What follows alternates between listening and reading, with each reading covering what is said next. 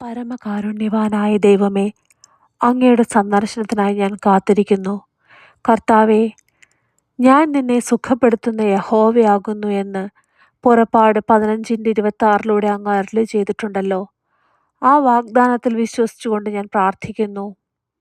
അങ്ങ് എന്നെ തൊട്ട് എനിക്ക് പുതുജീവൻ നൽകണമേ.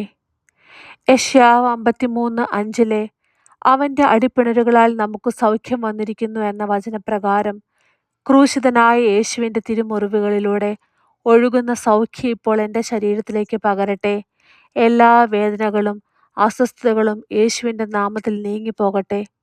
വിശ്വാസത്തോടെയുള്ള പ്രാർത്ഥന രോഗിയെ സുഖപ്പെടുത്തുന്നു. കർത്താവ് അവനെ എഴുന്നേൽപ്പിക്കുമെന്ന് യാക്കോബ് 5:15 അങ്ങ് അരുളി ചെയ്തിട്ടുണ്ടല്ലോ. പൂർണ്ണ വിശ്വാസത്തോടെ ഞാൻ എന്നെ അങ്ങയുടെ കരങ്ങളിൽ സമർപ്പിക്കുന്നു. അവിടുത്തെ സ്നേഹം എൻ്റെ ഹൃദയത്തിന് ധൈര്യവും ശരീരത്തിന് ബലവും നൽകട്ടെ. ഞാൻ നിനക്ക് വീണ്ടും ആരോഗ്യം നൽകും, നിന്റെ മുറിവുകൾ സുഖപ്പെടുത്തുന്നു എന്ന് യിരെമ്യാവ് 30:17 വാഗ്ദാനം ചെയ്ത കർത്താവേ, അങ്ങയുടെ കരുണയാൽ എന്നെ പൂർണ്ണ ആരോഗ്യത്തിലേക്ക് തിരികെ കൊണ്ടുവരണമേ. സകല ബുദ്ധിയെയും കവിയുന്ന ദൈവസമാധാനം എൻ്റെ ആത്മാവിലും ശരീരത്തിലും ഉണ്ടാകട്ടെ. യേശുവിൻ്റെ നാമത്തിൽ തന്നെ. ആമേൻ.